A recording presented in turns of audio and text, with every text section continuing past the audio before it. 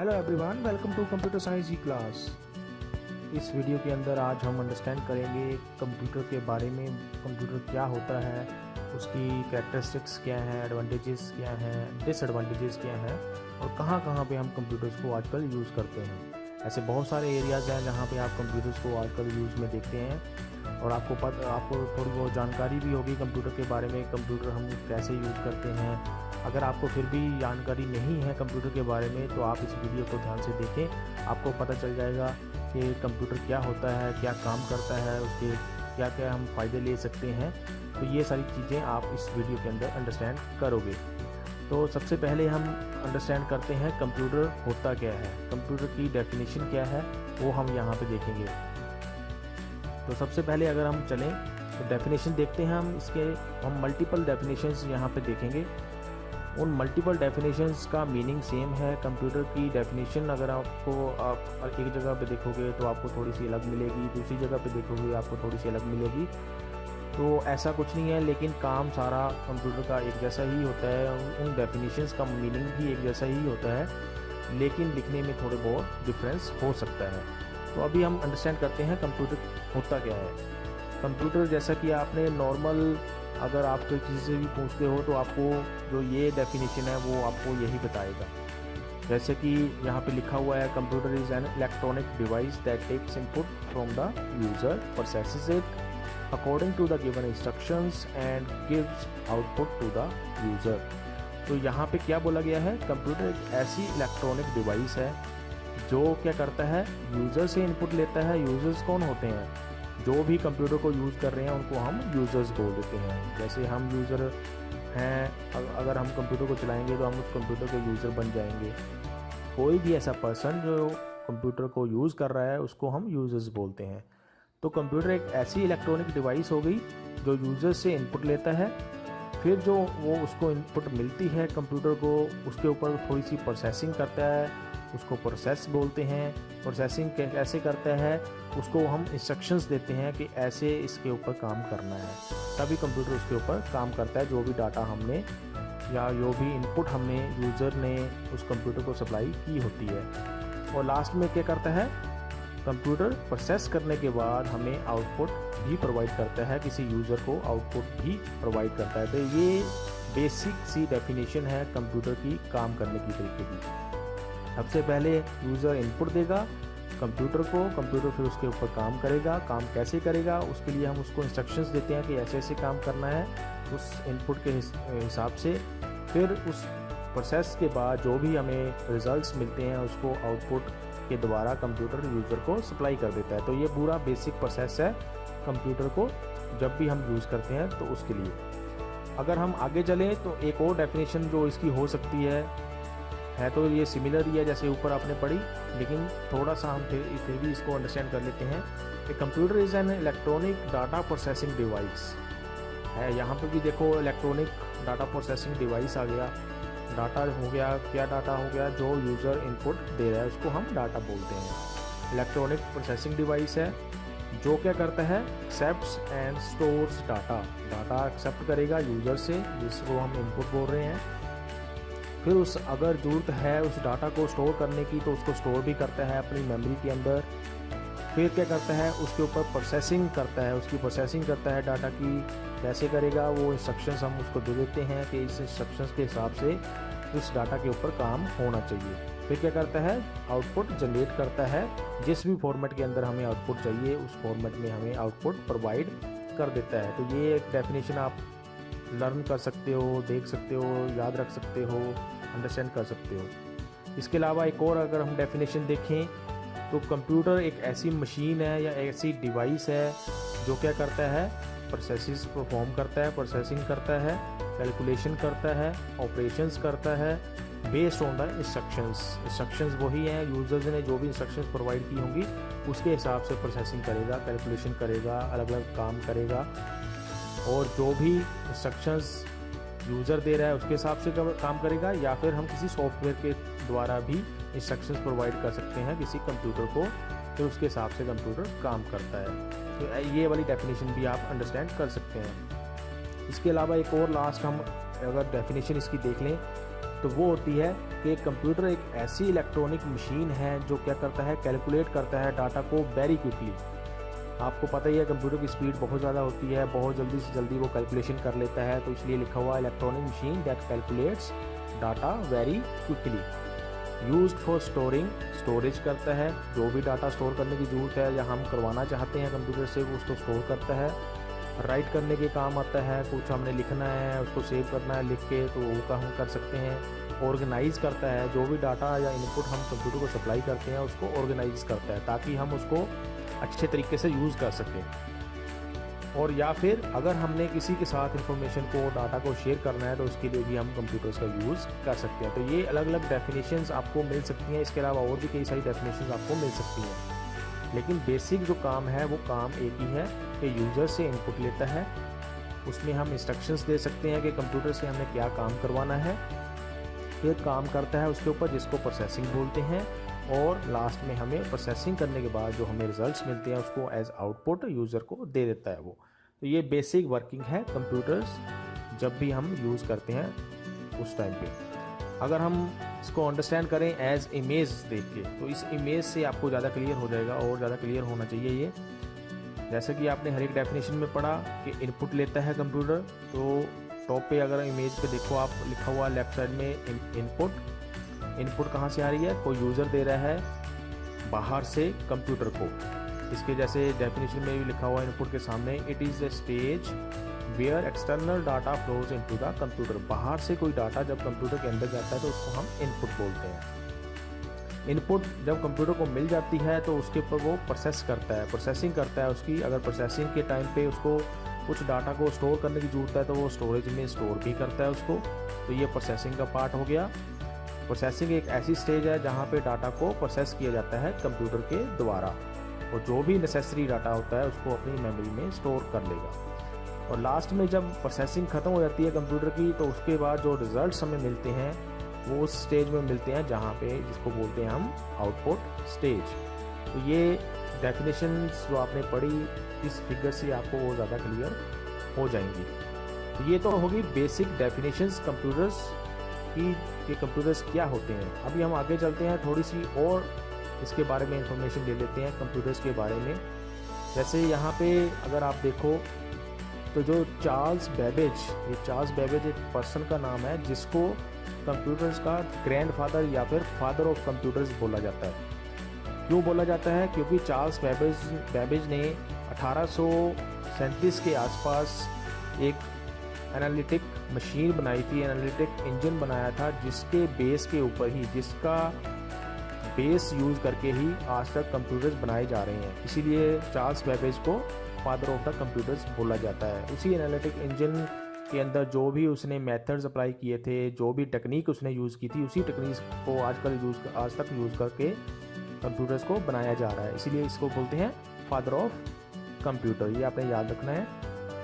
उसके बाद अगर हम आगे चलें तो जो कंप्यूटर शब्द है उसको किस शब्द से बनाया गया है? एक लैटिन लैंग्वेज होती है, लैटिन भाषा होती है, उसके अंदर कंप्यूटर नाम का एक शब्द होता है जिससे इस कंप्यूटर शब्द को ड्राइव किया गया है। उस कंप्यूटर का जो मीनिंग होता है, कंप्यूटर शब्द जो लैटिन भाषा का है उसका मीनिंग होता है टू कैलकुलेट और टू काउंट। ये कैलकुलेट करने का या फिर काउंट करने को कंप्यूटर बोला जाता है लैटिन भाषा के अंदर। तो कंप्यूटर जो शब्द है लैटिन भाषा का, उसी से कंप्यूटर शब्द को ड्राइव किया गया है, बनाया गया है। आगे अगर हम चलें तो कंप्यूटर अपने आप से कुछ भी काम नहीं करता है, उसको हमें इंस्ट्रक्शंस देनी पड़ती हैं, उसको हमें इनपुट देनी पड़ती है। अगर कोई भी काम हमने यूज़र से करवाना है, वो इनपुट हम किसी सॉफ्टवेयर के थ्रू दे सकते हैं या फिर कीबोर्ड के थ्रू दे सकते हैं। अगर उसको डाटा सप्लाई करना है तो वो भी आप दे सकते हैं। तो ये कंप्यूटर्स जो हैं वो कभी भी अपने आप से काम नहीं करते हैं। उसके बाद आगे अगर हम चलें तो कंप्यूटर को is also known as programmable machine, इसको प्रोग्रामेबल मशीन भी बोला जाता है। प्रोग्रामेबल मशीन एक ऐसी मशीन होती है जिसको हम कुछ इंस्ट्रक्शंस देके अपने हिसाब से उससे काम करवा सकते हैं, तो इसीलिए इसको बोल रहे हैं हम प्रोग्रामेबल मशीन। अब आती है बात डाटा की। डाटा क्या होता है? डाटा एक ऐसा रॉ मटेरियल होता है जिसको यूज़ करके हम इंफॉर्मेशन को बनाते हैं। रॉ मटेरियल कहने का मतलब क्या है, डाटा एक असेंबल्ड फॉर्म में नहीं होता है। एक्चुअल में जैसी उसकी फॉर्म होनी चाहिए जिसके यूज़ करके हम उसको आसानी से समझ सकें, तो ऐसा फॉर्म जब तक उसकी नहीं बनती है उसको हम डाटा बोलते हैं। जैसे कि हम अगर रियल लाइफ की एग्जांपल लें, हम देखते हैं कि हम घर बनाते हैं। घर बनाने के लिए हमें कई सारी चीज़ों की ज़रूरत पड़ती है, जैसे ईंट हो गई, सीमेंट हो गया, सरिया हो गया, उसके अलावा और भी कई सारी चीज़ें हो सकती हैं जिनको यूज़ करके हम पूरे मकान का या घर का स्ट्रक्चर तैयार करते हैं। जब वो पूरा घर बन जाता है तो हम उसको बोलते हैं एक घर है। लेकिन जब तक वो सारा का सारा मटेरियल जो मैंने अभी आपको बताया, जैसे सीमेंट हो गया, ईंट हो गई या बाकी और चीज़ें होंगी, जब तक हम उनको इकट्ठा करके स्ट्रक्चर नहीं बनाएंगे तब तक वो घर नहीं माना जाता है। तो ऐसा ही डाटा है, वो असेंबल्ड फॉर्म में नहीं होता है, वो कुछ ऐसा होता है जिसको यूज़ करके हम इंफॉर्मेशन बना सकते हैं, जिसको यूज़ करके एक हम फॉर्म के अंदर रख के जब उसको यूज़ करते हैं तो उसको हम इंफॉर्मेशन बना सकते हैं। ऐसे ही अगर आप दूसरी एग्जांपल लो तो डाटा को अगर हम अंडरस्टैंड करें, जैसे अलग अलग लैंग्वेजेस के अंदर हमने सेंटेंस बनाने होते हैं, तो उन सेंटेंस को बनाने के लिए हमें हर एक वर्ड को या शब्द को अपनी एक्चुअल लोकेशन के ऊपर रखना पड़ता है, एक्चुअल जगह पे रखना पड़ता है, जिससे कि वो पूरा सेंटेंस हमारा ठीक तरीके से बने। उस पूरे सेंटेंस को हम तभी बोलते हैं। अगर आपने सेंटेंस के अंदर जो भी वर्ड्स हैं, शब्द हैं, उनको आपने आगे पीछे रख दिया तो वो उसका ना तो मीनिंगफुल रहेगा वो सेंटेंस, ना हम उसको इतना आसानी से समझ पाएंगे। तो वो भी एक तरह से डाटा की तरह बन जाएगा। तो डाटा भी एक रॉ मटेरियल और वो भी एक रॉ मटेरियल बन जाएगा फिर। लेकिन जब डाटा को हम एक ठीक तरीके की फॉर्म में इंक्लूड कर देते हैं तो उस केस में वो बन जाता है इंफॉर्मेशन। तो प्रॉपर कलेक्शन जब डाटा का हो जाता है तो उसको बोलते हैं हम इंफॉर्मेशन। जब भी डाटा को एक एक्चुअल फॉर्म के अंदर या जिस फॉर्म के अंदर वो होना चाहिए जिससे हमें उसको समझने में आसानी हो जाए, तो उस केस को हम बोलते हैं इंफॉर्मेशन। होता कुछ नहीं है, इंफॉर्मेशन डाटा ही है, लेकिन डाटा को हमने एक्चुअल फॉर्म में रख दिया जिस फॉर्म में वो हमें होना चाहिए या मिलना चाहिए, जिससे हम उसको आसानी से समझ सकें। तो डाटा कब बनता है इंफॉर्मेशन? जब भी हम कंप्यूटर उसके ऊपर प्रोसेसिंग करता है, उसको प्रोसेस करने के बाद जो हमें रिजल्ट्स मिलते हैं उसको बोलते हैं हम इंफॉर्मेशन। जिस चीज़ के ऊपर प्रोसेसिंग करता है कंप्यूटर उसको डाटा बोलते हैं, और जो प्रोसेसिंग करने के बाद हमें रिजल्ट्स मिलते हैं उसको हम इंफॉर्मेशन बोल देते हैं। तो ये होगी थोड़ी सी इंट्रोडक्शन कंप्यूटर के बारे में। अभी हम आगे चलते हैं और इसकी देखते हैं एडवांटेजेस क्या होती हैं कंप्यूटर्स की, या फिर कैरेक्टरिस्टिक्स भी आप इनको बोल सकते हैं। फर्स्ट एडवांटेज या कैरेक्टरिस्टिक्स जो होती है वो कंप्यूटर की, वो होती है स्पीड। आपको पता ही है, या अगर नहीं भी पता है तो आपको मैं ये बता देता हूँ कि कंप्यूटर्स जो होते हैं वो बहुत फास्ट उनकी स्पीड होती है, बड़ी ज़्यादा स्पीड के साथ वो काम कर सकते हैं, कोई भी कैलकुलेशंस कर सकते हैं। जैसे कि यहाँ पे लिखा भी हुआ है कि it can process millions of instructions in milliseconds as compare to humans. हम जो ह्यूमंस होते हैं वो अगर हमने सपोज करो बहुत सारी इंस्ट्रक्शंस को कैलकुलेट करना है, तो हो सकता है हमें उनको कैलकुलेट करने में दिन लग जाए या महीनों लग जाएं, लेकिन उस काम को जो कंप्यूटर होता है वो विद इन फ्यू सेकेंड्स या फिर within few milliseconds भी उन काम को, उन कैलकुलेशंस को कर सकता है। इतनी ज़्यादा स्पीड इस कंप्यूटर्स की होती है। इसके अलावा कंप्यूटर्स जो होते हैं वो बहुत ज़्यादा लार्ज अमाउंट ऑफ डाटा को हैंडल कर सकते हैं कैलकुलेशंस करने के लिए। अगर आपने सपोज करो बहुत बड़ी कैलकुलेशन करनी है जिसमें जो अमाउंट है वो बहुत बड़ा है, तो उसको कैलकुलेट करने में हमें बहुत ज़्यादा दिक्कत हो सकती है या बहुत ज़्यादा टाइम लग सकता है। लेकिन कंप्यूटर्स उन कैलकुलेशंस को भी बड़ी आसानी से, बड़ी जल्दी से कर सकता है। तो इसलिए कंप्यूटर्स की जो स्पीड होती है वो बहुत ज़्यादा होती है। अगर हम एडवांटेज के ऊपर चलें तो एक्यूरेसी, जो भी कंप्यूटर हमें रिजल्ट्स प्रोवाइड करते हैं कैलकुलेशन करने के बाद वो हमेशा 100% एक्यूरेट होते हैं। इसीलिए इसको बोला जाता है कि एक एक्यूरेट डिवाइस है ये, कोई भी मिस्टेक ये नहीं करता है। कोई भी काम करने के लिए अगर हम इसको इंस्ट्रक्शन देते हैं वो काम हमेशा ही एक्यूरेट तरीके से ये करता है। कभी भी ये हमें रॉन्ग आउटपुट या रॉन्ग रिजल्ट प्रोवाइड नहीं करता है। इसीलिए इसको बोलते हैं it can do everything without any mistake. कोई भी मिस्टेक किए बिना ये सारे काम कर सकता है। नेक्स्ट जो होती है वो एडवांटेज वो होती है डिलीजेंस। डिलीजेंस क्या होती है? ये होती है कैपेबिलिटी किसकी, कि अगर कोई भी चीज़, कोई भी पर्सन, कोई भी मशीन, कोई भी डिवाइस कंटिन्यूसली किसी चीज़ पे काम कर सकता है बिना थके और बिना लैक ऑफ कंसंट्रेशन, तो उसको बोलते हैं डिलीजेंस। मतलब ऐसी कैपेबिलिटी जिसका यूज़ करके कोई भी डिवाइस लगातार काम कर सकती है, चाहे उसने घंटों करना है काम, चाहे दिनों करना है, चाहे कई हफ्ते करना है, चाहे कई साल करना है, लगातार वो काम कर सकता है। तो कंप्यूटर एक ऐसी मशीन है जो डिलीजेंटली काम कर सकती है, लगातार बिना रुके, बिना थके, बिना लैक ऑफ कंसंट्रेशन के काम कर सकती है। तो ये भी एक बहुत बड़ी एडवांटेज इस कंप्यूटर्स की होती है। चौथी अगर हम बात करें वो होती है स्टोरेज कैपेसिटी या फिर मेमोरी। अब कंप्यूटर्स जो होते हैं उनके अंदर हम लार्ज अमाउंट ऑफ डाटा को स्टोर करके रख सकते हैं ताकि हम बाद में उसको यूज़ कर सकें। अब वो डाटा जो हम स्टोर करके रखते हैं वो तब तक डिलीट नहीं होता है जब तक हम उसको खुद डिलीट ना करें। तो स्टोरेज के लिए भी हम कंप्यूटर्स का यूज़ कर सकते हैं ताकि आज अगर हम ज़रूरत है डाटा की तो आज हम यूज़ कर लें, 10 साल बाद अगर हम ज़रूरत है उसकी तो हम 10 साल बाद उसको यूज़ कर सकें। तो ऐसी हमें ये स्टोरेज कैपेसिटी भी प्रोवाइड करता है जिसके अंदर हम large amount of data store कर सकते हैं। जो अगली एडवांटेज होती है वो होती है वर्सेटिलिटी। ये क्या होती है कि जो कंप्यूटर्स होते हैं वो कई सारे काम एट ए टाइम कर सकते हैं जिसको मल्टीटास्किंग बोला जाता है। अगर कोई भी डिवाइस ऐसी है जो एक साथ कई सारे काम कर सकते हैं तो उस डिवाइस को हम बोल सकते हैं मल्टीटास्किंग डिवाइस। तो ऐसे ही कंप्यूटर्स जो होते हैं वो मल्टीटास्किंग एट ए टाइम कर सकते हैं, एक साथ कई सारे काम कर सकते हैं। जैसे कि एग्जांपल के लिए हम लें, आप कंप्यूटर चला रहे हो, उसमें MS वर्ड के अंदर कुछ टाइपिंग कर रहे हो, साथ के साथ बैकग्राउंड में आपने कोई ऑडियो चला रखा है, साथ के साथ आप कैलकुलेटर भी यूज़ कर रहे हो। तो एट ए टाइम जो आपका कंप्यूटर होता है वो कई सारे काम कर रहा होता है। इसके अलावा और भी कई सारे आप ऐसे काम हो सकते हैं जो एक साथ कंप्यूटर से करवा सकते हैं। तो इसको बोलते हैं versatility. Computers can do multiple task at A time. अगली अगर हम एडवांटेज पे चलें तो वो होती है ऑटोमेटिक।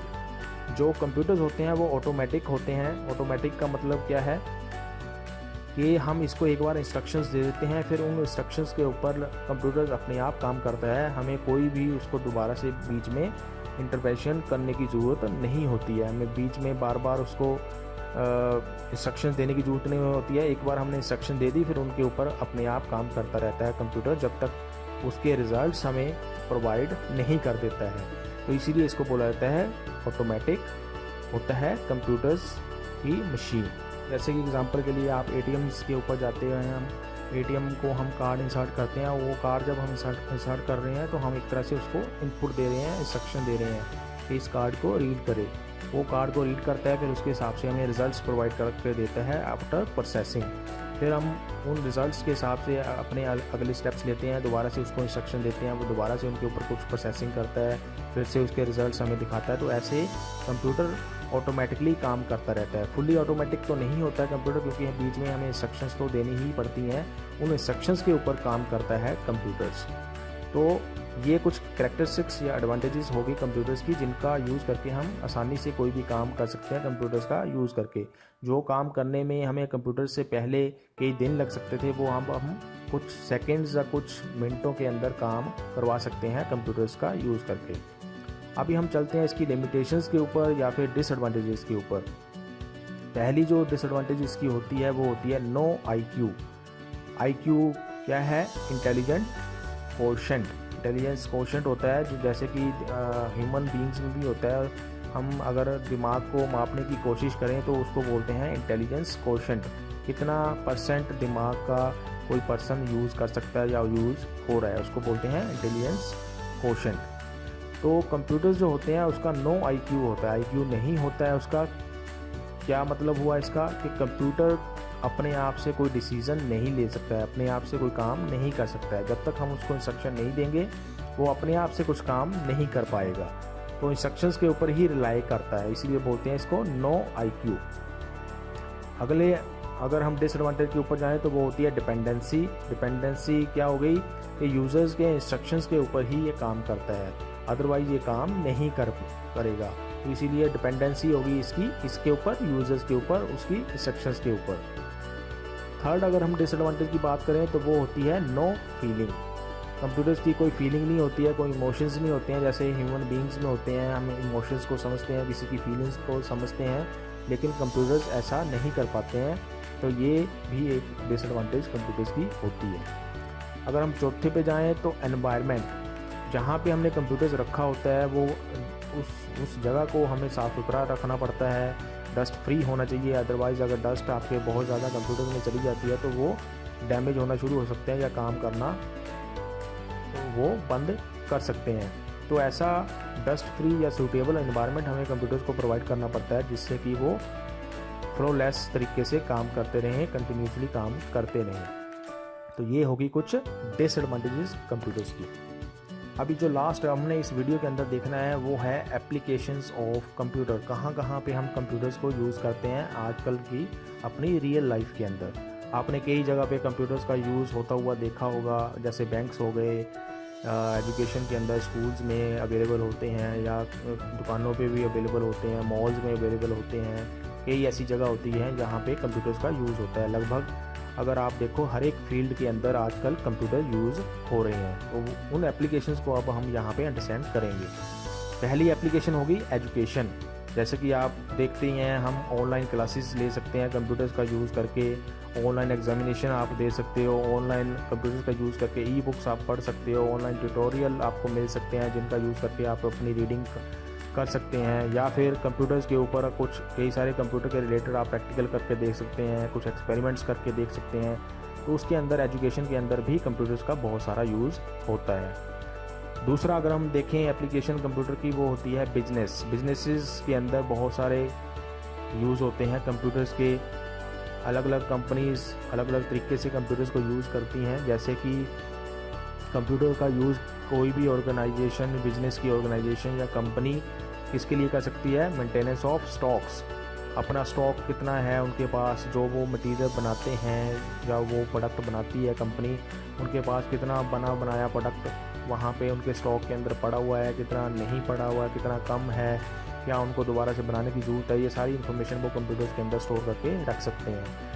उसके अलावा मैनेजिंग एम्प्लॉयज़, डाटाबेस एम्प्लॉयज़ जो भी उनके कंपनी के अंदर काम करते हैं उनके बारे में इंफॉर्मेशन कंप्यूटर्स के अंदर स्टोर करके रख सकते हैं, ताकि उनकी सैलरीज़ को जनरेट किया जा सके, उनका एड्रेस वगैरह सारा कुछ उनके बारे में इंफॉर्मेशन को स्टोर करके रखा जा सके। ऐसे ही सेल्स एनालिसिस कर सकते हैं, जिसके अंदर कंपनी अपनी सेल्स को एनालाइज करेगी, कितनी उस कंपनी की सेल हो रही है, क्या कम हो रही है, क्या ज़्यादा हो रही है, कैसे उसको इंक्रीज़ करना है, वो सारा इंफॉर्मेशन कंप्यूटर्स के अंदर स्टोर कर सकते हैं। ऐसे ही मार्केटिंग के लिए अगर यूज़ करना है कंपनी तो उसके लिए भी कर सकते हैं। मार्केटिंग में क्या होता है, जैसे कि आप टेलीविज़न के ऊपर एडवर्टाइजमेंट देखते हैं अलग अलग प्रोडक्ट्स की, तो उसको मार्केटिंग बोला जाता है। कंपनी अपने प्रोडक्ट की मार्केटिंग करती है ताकि यूज़र्स को पता लगे कि क्या क्या प्रोडक्ट वो कंपनी बना रही है। तो मार्केटिंग के लिए भी कंप्यूटर्स का यूज़ कर सकती है कंपनीज। या फिर डिज़ाइंस बनाने के लिए, आजकल सपोज करो किसी ने घर बनवाना है तो उसके लिए पहले से डिज़ाइन बनवा लेते हैं, जिसने भी बनवाना होता है वो पहले डिज़ाइन बनवाते हैं।